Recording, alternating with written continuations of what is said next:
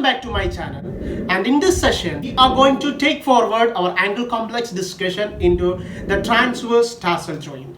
So far we were discussing about each joint's anatomy, then we went on to the ankle complex biomechanics, ankle joint biomechanics, then to the subtalar joint biomechanics, and now into the transverse tarsal joint biomechanics. Of course, it is also a concept, but we are going to simplify it in the most simplified manner for you all. So let us look into the transverse tarsal joint. What are transverse tarsal joints? What is the axis of the joint? And finally, what is the combined or integrated function at the transverse tarsal joint? The function of transverse tarsal joint with subtalar joint and ankle joint in detail. Let us look into the transverse tarsal joint in this video.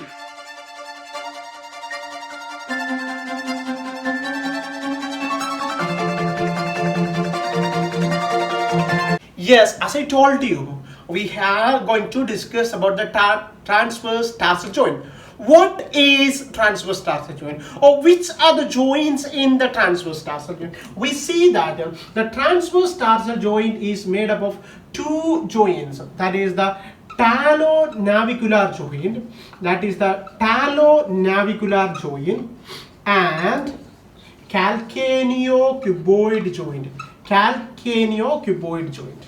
Right, so these are the two joints that makes up the transverse tarsal joint, and this joint is in the is like a transverse line, so we call it as a transverse tarsal joint. And here you can see the transverse tarsal joint. Look here, see, this is the transverse tarsal joint. And what shape can we tell the transverse tarsal joint is having? The transverse tarsal joint is relatively having an S shape, that is an S-shaped joint.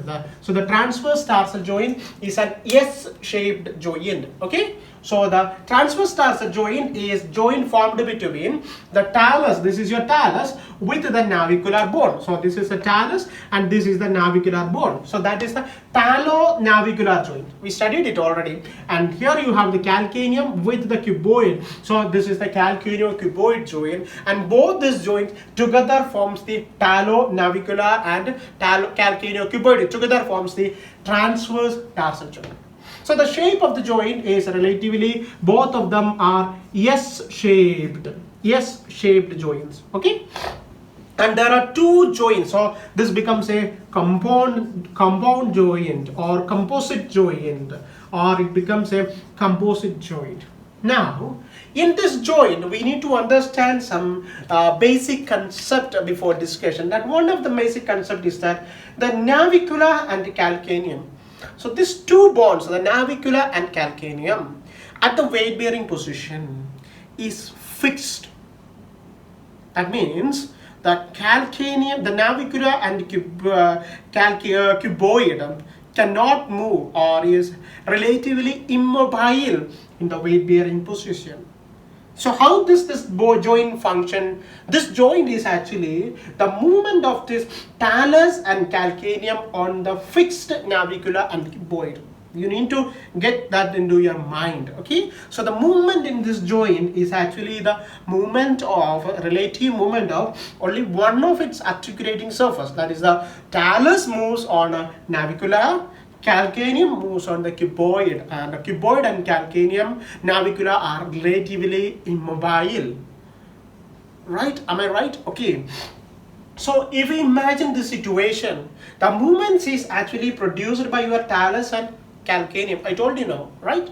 So this talus and calcaneum forms another joint over here, that is a subtalar joint. Right? We studied, the previous discussion was about the subtalar joint. So since the subtalar joint motions or subtalar joint also involves the movement of talus and calcaneum, this also involves the movement of talus and calcaneum on navicular and cuboid. The movements that happens in the subtalar joint are highly related to the transverse tarsal joint. So that's something important. The movements that happens in the subtalar joint will also occur or also produce some movements in the transverse tarsal joint. That means your subtalar joint and the transverse tarsal joint are related to each other. Motion at subtalar joint produce some motion that may be the same movement. For example, subtalar joint motion is a pronation supination, right? So it may produce the same movement at the talonavicular joint or the transverse tarsal joint, or it may produce the opposite movement. So always there is a relationship between the subtalar joint and the transverse tarsal joint. Why I am stressing on this is because the upcoming discussion is all about the relationship between subtalar and the transverse tarsal joint. So get into your mind, the navicular and the cuboid cannot move alone. It's relatively immobile. So the incomplete motions are actually the function of talus and calcaneum movement, and talus and calcaneum movement occur in the subtalar joint also. So these movements are relatively or related to each other. That may produce the same movement or opposite movement in the subtalar joint. Right? Am I right? Yes. So let us proceed on to the further discussion into this joint. So, if we need to understand any joint, we need to understand few basic things. That is the axis. Right now, by now you might have already known the axis is a very crucial structure in understanding the joint biomechanics. And now, this joint actually, the subtalar joint is between the talus and the calcaneum alone. But here, actually there is how many? The navicular, calcaneum, talus, cuboid. So it becomes a bit more complex one. And there are two individual joints also. The talonavicular joint is one joint. The calcaneocuboid joint is another individual joint. So there are actually two axes in this joint. Two axes of motion. Two axes of motion. What are that? The one is a transverse, is a longitudinal axis. The one is a longitudinal axis. The second one is an oblique axis. The second one is an oblique axis. So what are the two joint axes in this joint? One is a longitudinal axis and another is an oblique axis.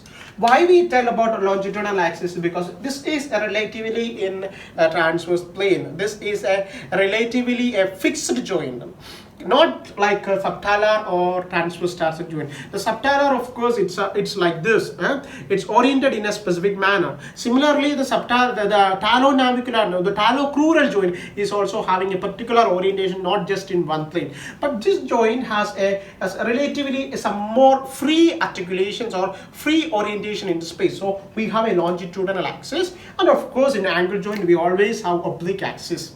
When the angle joint is compared completely together, we have the oblique axis because the angle joint axes are not a straight line. So let us evaluate into this axis of a transverse tarsal joint and let us come to some conclusions. So the two axes are actually the longitudinal axis and the oblique axis. Now let us evaluate what happens with the longitudinal axis. Okay, the longitudinal axis of this bone. Now let us just have a rough figure. Like we have the foot complex over here.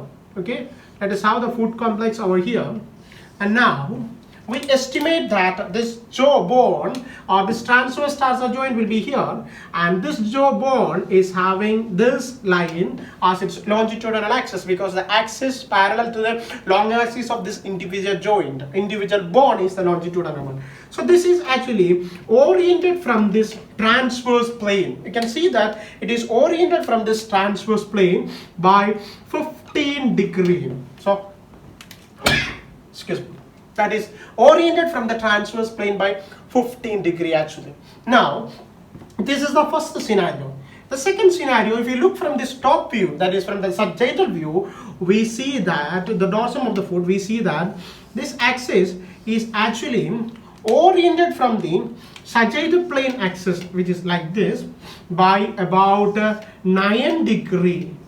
So this is having an orientation of a 15 degree from the transverse plane, and this is from the sagittal. So this is having such an orientation difference. So now, since it is having, this is a longitudinal axis and it's away from the transverse plane, we have here the predominant motion. You can guess it, that is the inversion, eversion. We have the predominant motion, inversion, eversion. Here you have the predominant motion, dorsiflexion and the plantar flexion, because it's related to the sagittal plane. Of course, this is not a complete, a perfect axis. It's deviated 15 degree, it's deviated 9 degree. So what will happen? There will be the component known as adduction and abduction also. But we estimate that, or we see that the predominant motion over here is the inversion eversion itself. The predominant motion over there is the inversion eversion itself. So this is the first consideration or first scenario where the longitudinal axis of this transverse tarsal joint is considered. Now our familiar axis, which we are familiar with, that is the oblique axis. That is the oblique axis. So if you draw a rough figure like this, okay, this is the foot, we see that this axis, the oblique axis, which we have studied already in the angle complex, is actually deviated from the transverse plane by 52 degree. So it is away from the transverse plane by 52 degree. The same axis is away from the sagittal plane by 57 degree. So this same axis, if you are looking from this view, we see that it is away from the sagittal plane by 57 degree. So we have such a great difference in this one. This is exactly opposite also. So here we see that there is actually the movement of same like this, inversion, eversion, plantar flexion, dorsiflexion, and abduction, adduction. Okay, so naturally the combination of this movement will produce the functional movement known as supination and pronation. And as I told you earlier, the subtalar joint is highly related to your transverse tarsal joint. So the predominant motion that is happening as a result of this combined motion is supination and pronation. Supination and pronation. See, the predominant motion that is happening due to the relationship of subtalar joint with the transverse tarsal joint, and because of the fact that all these combined movements are possible, we have supination and pronation. Right? Even though I told you that we have the longitudinal and the oblique axis, we must always remember in our mind that to isolate this longitudinal and oblique axis, it's tough. It is tough and it's not possible. So we take it as a combined function of longitudinal and oblique axis. That is, there is inversion, eversion, there is abduction, adduction, there is plantar flexion, dorsiflexion. Ultimately, there is the functional movement known as supination and pronation, which is related to the subtalar joint. But the joint is not subtalar, it is transverse tarsal. So it has a movement about 1/3 to 1/2 of the 1/2 of the movement of subtalar joint. That means if the movement in subtalar joint is pronation and supination, half or 1/3 that of the range of motion available at subtalar joint will be possible here at the transverse tarsal joint. Clear? So that's a simple concept. That is the movement that is possible at subtalar joints, 1/3 to 1/4 portion of that movement or range will be possible at the transverse tarsal joint. Now we must remember that the subtalar joint and the transverse tarsal joint both are related to each other. So the motion that is happening at the subtalar joint must also happen at the transverse tarsal joint under usual circumstance. Underline that, under usual circumstance. Okay, we'll see that later. So usually if subtalar joint is going for pronation, the transverse tarsal also will go for pronation. If subtalar joint is moving for complete pronation, the transverse tarsal joint also will move for complete pronation. If subtalar joint is moving for complete supination, the transverse tarsal also go for supination. When there is a complete supination, we see that the subtalar joint is in a closed pack position. Previous video. Okay, so this transverse tarsal joint also will be in closed pack position when there is complete supination. Am I right? So the loose pack position of transverse tarsal joint is the same loose pack position of subtalar joint. The closed pack position of the transverse tarsal joint is the same closed pack position of the subtalar joint.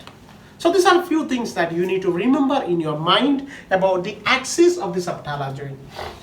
Now, let us move on to the biomechanical functions. So in order to that, we must understand that the subtalar joint, the transverse tarsal joint actually serves two functions. One is add to the motion of subtalar joint. So we saw that the movement in the subtalar joint must also accompany or also usually accompanies the transverse tarsal. So subtalar joints supination and pronation will be added or will be completed by the movement in the transverse tarsal joint. Right? Second one is a very complicated function, that is compensate between rear foot and forefoot. The compensate between rear foot and forefoot position. Compensate between rear foot and forefoot position. So these are the two predominant roles served by the transverse tarsal joint. One is it adds to the motion of subtalar joint, which we already discussed. So it can either be in the weight bearing or non-weight bearing position, but mostly in the non-weight bearing position, the subtalar joint accelerate or add on to the motion possible in the transverse tarsal joint. So if the supination in the transverse tarsal joint is also added with the supination in the subtalar joint, we get a predominant or we get a more complete range of motion. So it adds to that motion, either in the weight bearing or non-weight bearing, mostly in the non-weight bearing position. Whereas in the second function is it compensates between rear foot and the forefoot. Actually, I had to tell you a pretty important point, that is the transverse tarsal joint. For example, we have a foot segment here, we have the rear foot here, we have the midfoot here, we have the forefoot here. So this rear foot is actually your talus and calcaneum, and here you have the cuboid, navicular, cuneiform, etc., etc. So this transverse tarsal joint is a transition between rear foot and forefoot. So it is a transition between rear foot and forefoot, rear and forefoot. So the subtalar joint is actually, so the transverse tarsal between rear foot and forefoot, or separates rear foot from the forefoot and midfoot. Rear foot from the forefoot and midfoot. So when there is some function happening in the rear foot, the subtalar joint should have, the transverse tarsal joint should function in a particular manner so as to provide the total stability of the body. That we are going to discuss now. So now we are going to discuss how the rear foot function is being compensated by the transverse tarsal. Now I am going to take you to an in-depth analysis, but no need to worry. We will simplify it rather than the biomechanics text. So no need to worry about that. We have two situations, like the compensatory movement we are going to discuss. So that is in the weight bearing situation, our rear foot can, or the subtalar joint can go for the pronation and supination, right? There are two possible motions. So what is happening when the rear foot as a whole, not the subtalar joint, but the rear foot as a whole is going for pronation, and what is happening? It is going for supination at the transverse tarsal joint. That is our scenario. That is what we have to estimate. Now imagine we are standing like this in the weight bearing position. Okay, imagine like my hand is fixed. This is the ground, and my hand is fixed onto the ground, and this is my tibia. This is my tibia, like this. Okay, the tibia will go for when it go for medial rotation like this. Okay, when the tibia is going for medial rotation like this, all of you can just look with your leg, go for the medial rotation of the tibia. What actually happens is that when medial rotation happens, tibia rotates. If this is the scenario, if the tibia goes for medial rotation like this, that is rotation to the midline, rotation like this part of the foot comes from the ground.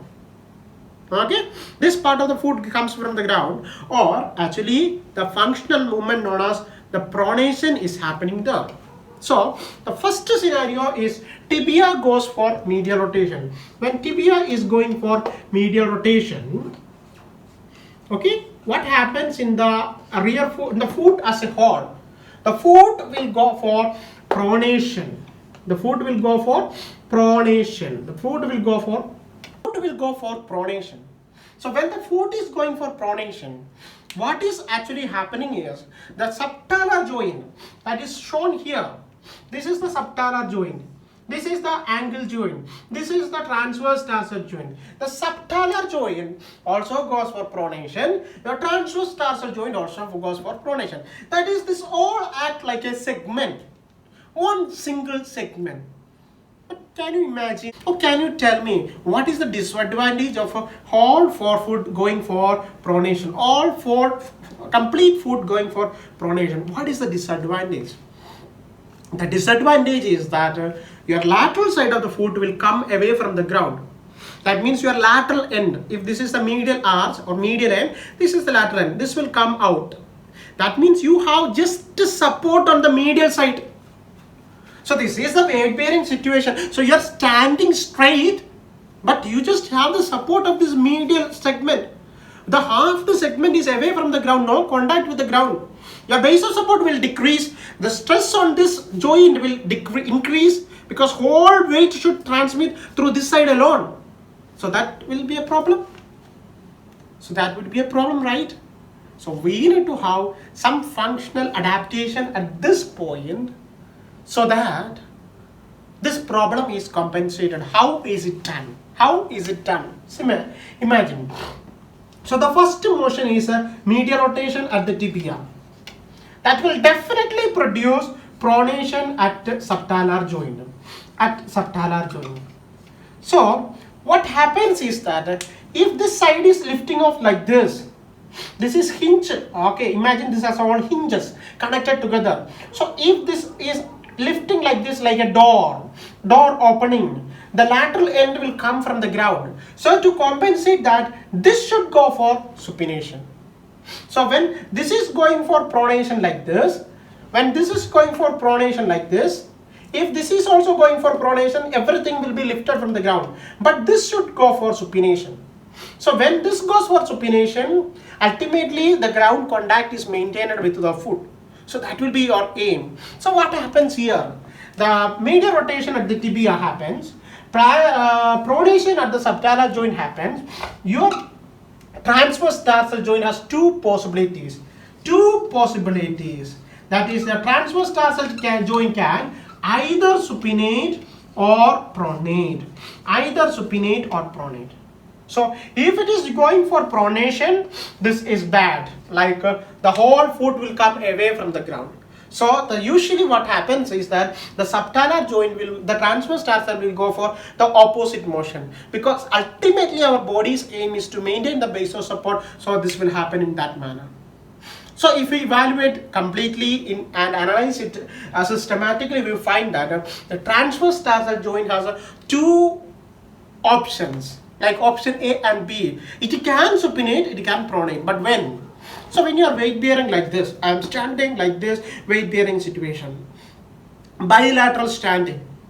Now when I am going for tibial rotation, internal rotation, my subtalar joint is going for pronation. Just try that, okay? Subtalar joint is going for pronation. Similar to that, my forefoot is also going for pronation. No problem. Why? Because I am in bilateral standing. I have a greater base of support, so I won't fall. But in the gait, like for example in the unilateral phase, one of my leg is away from the ground. Unilateral stance. The swing phase, what happens? If I am going for, I'm standing like this, okay? Just imagine, if I am going for internal rotation with the tibia and at the same time pronation in the subtalar joint and my forefoot is lifting away from the ground, oh, I will fall down. Definitely I will fall down. So what I have to adapt in such a manner, my transverse tarsal joint has to adapt in such a manner. So usually in bilateral stance, the whole limb will go for, the whole extremity, the whole distal segment will go for pronation. We studied in the previous video. Pronation is more prominent in the subtalar joint. But if it is a unilateral stance, your transverse tarsal joint alone will go for supination so that the contact is maintained. So when in unilateral stance, the tibia medially rotate, your subtalar joint go for pronation, your distal end, that is your transverse tarsal, will go for the opposite movement. That is in unilateral stance. In bilateral stance, same movement happens in the segment. That is, from this diagram we can see that if there is medial rotation over here, this will go for pronation, this will go for pronation. So complete segment moves together. So that is actually decreasing the base of support. So what actually happens in unilateral stance is that this segment rotates alone separately. This segment moves in the opposite manner. So this is actually what happens in the weight bearing rear foot pronation. So in rear foot is pronated, these are the movements that are happening. This you can imagine like, for example, when you're walking on a ground, you have a stone under your foot. Your stone under the medial end of the foot. Okay? What actually happens? If there is a stone, you go for pronation, you go for lifting of like this. Huh? What can happen? You can fall down. But your transverse tarsal will go for the supination. That is, it will cover that. It will compensate that in such a way that you don't fall down. So in weight bearing actions, like if you have a stone in the ground, or if you are walking steep across a slope, if you are standing steep across a slope, if you are going for pronation incompletely, you may lose your support completely. So at the distal end, supination will happen. So these are some functional implication of that. Now there is a situation in which your subtalar joint or the rear foot can go for supination. What can happen if rear foot is going for supination? Let us examine. It is the weight bearing supination. So for the rear foot supination to occur, the tibia goes for the opposite rotation. That means your foot is going for, your lower limb is going for lateral rotation. So the lateral rotation of tibia, all of you can just try this one, lateral rotation of tibia. When tibia goes for lateral rotation like this what rotation? The subtalar joint will definitely go for, you can see that, supination. The subtalar joint will go for supination. Subtalar joint goes for supination. What about the transverse tarsal joint? What about the transverse tarsal joint? What is the action that is going to happen? Here you should remember the first thing that we discussed. Supination is the position of a closed back position of subtalar joint. Complete supination is the closed back position. And that is the same closed back position of transverse tarsal joint. Closed back means what? All the bones are brought together. So actually the bones are talus and calcaneum which is moving. So the subtalar joint is in closed back position, means the talus and calcaneum is drawn together. There is less mobility within that. If talus and calcaneum is brought together, the calcaneum, the navicular and the cuboid, which is seen together with the talus and calcaneum, will be also pulled up. So what happens? This becomes a closed back one. So your the transverse tarsal joint, which had option A and B to choose earlier, has no option at all. It can only choose supination. It can only choose supination. Am I clear? What is the reason is that earlier it was in pronation, your subtalar joint, your transverse tarsal joint, everything is free to move. It is loose back position. But when a joint is in closed back position, when for example my elbow is in this closed back position, I cannot move for further movement. Am I clear? When any joint is in its closed back position, the movement will be restricted in that supporting joint. So here also the same thing happens, that the movement is restricted. So if it is a supination, weight bearing supination of the rear foot, the lateral rotation of the tibia produces subtalar joint supination, but the option available or the freedom of the transverse tarsal joint is less because of the closed back position. Because of the closed back position. So what happens ultimately? Your transverse tarsal joint also will supinate. Your transverse tarsal also joint will supinate. It has no other option. Even though it want to pronate and maintain the weight bearing support, it cannot do that because it is in closed back position. So what happens? The medial border will come away from the ground. If you imagine this as the foot, this medial side now, this medial side will come away from the ground. So what happens? What happens? The lateral side alone is the weight bearing situation. And can you tell me what is the function implication of this? The lateral side is actually having a greater strain to the lateral ligaments. So this is why lateral ankle strain is more common. Your ankle just get turned over when you walk on some surface. That happens more in the supinated position. So there is less option, and once it moves for a supination, a greater degree of supination, when there is no support, the ligaments get strained. So the lateral ligament strains are very common. Am I right? We studied that medial collateral ligament is very less, but lateral collateral ligaments around the ankle complex is very high. Injury is thus is one of the reason, because your transverse tarsal joint, which had the option to neutralize that force, absorb that force, cannot absorb that force here in the supination. So it has to go for supinated. Whether it like it or not, it go for supination, and thus the ligament tear can happen. Increased chance of ligament tear is there. But if your transverse tarsal joint was free, it could have gone for pronation. When excessive supination is happening, so it could have neutralized the forces. Supination here, pronation there, but there is no option like that. It has to go for supination because of the closed back position. So ultimately, it goes for increased strain in the ligaments, lateral complex, and of course, we clear that ankle sprain, etc. happens. So this is all about the transverse tarsal joint. Remember, transverse tarsal joint works along with the subtalar joint as complete one segment, and it can have two options in pronation and supination at different movement. And in the next session, we are going to study about the pronation supination twist, which happens in which joint? If you have the answer, let me know in the comment box below. And if you like the video, don't forget to click the like button and kindly subscribe to our channel if you haven't subscribed to this channel.